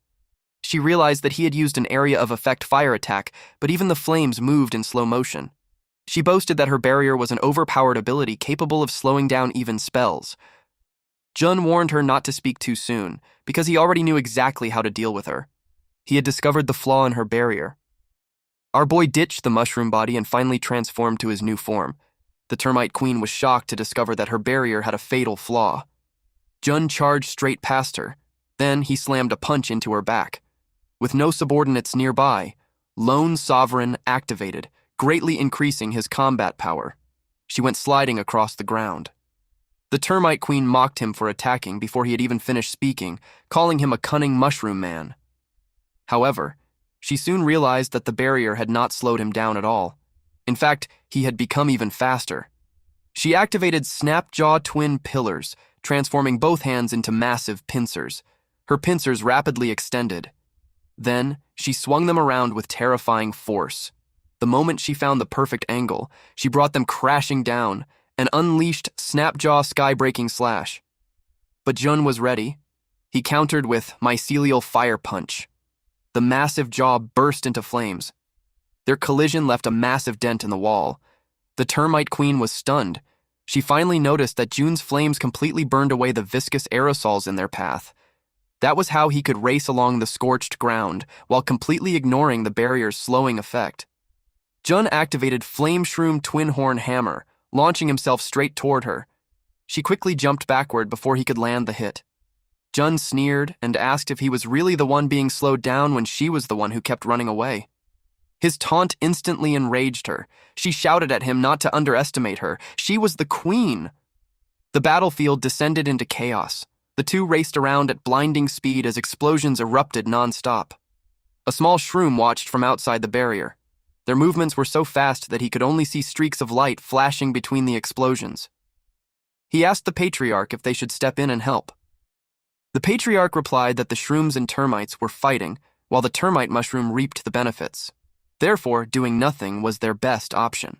The small shroom pointed out that they had only escaped the termite prison because the mushroom had attacked the termite forces. However, the patriarch brushed him off, saying the young termite still did not understand that chaos was a ladder. Meanwhile, Saifeng realized that most of the aerosols inside the barrier had already burned away, leaving Jun completely unaffected by its slowing effect. Back to the fight, the termite queen swung her blade. She noticed that Jun had burned away most of the aerosols inside the barrier, leaving his movements completely unaffected. However, she failed to notice the static electricity creeping up her hand. A powerful electric shock surged through her body. It sent her crashing downward, but before she could hit the ground, Jun landed a devastating kick. The impact launched her straight into the ceiling. Blood burst from her mouth. She declared that injuring her to this extent was unforgivable.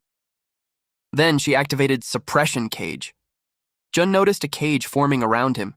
To his surprise, the slowing effect returned, and it was far stronger than before. The system notified him that Suppression Cage had formed, slowing his movements by 99%. The termite queen laughed, declaring that he was now completely under her control. Jun finally understood.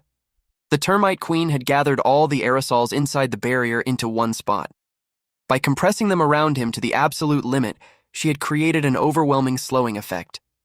Even so, being slowed by 99% did not mean he could no longer move. The termite queen mocked him, asking if he could keep up with her killing blow at that speed. She unleashed Queen's final song, Great White Self-Destruct. The massive termite crawled up the pillar. Then, it launched itself straight toward him. Jun knew it would be nearly impossible to dodge the self-destruction at such close range. He had to move faster. The termite's body began splitting apart. Jun forced his hand to move faster. A blinding light swallowed the entire area. Then, a massive explosion erupted. Eventually, the explosion faded. The termite queen wondered if Jun was dead. Her tentacles could no longer detect the aura of any living creature below, but what she saw left her stunned. Jun was still alive.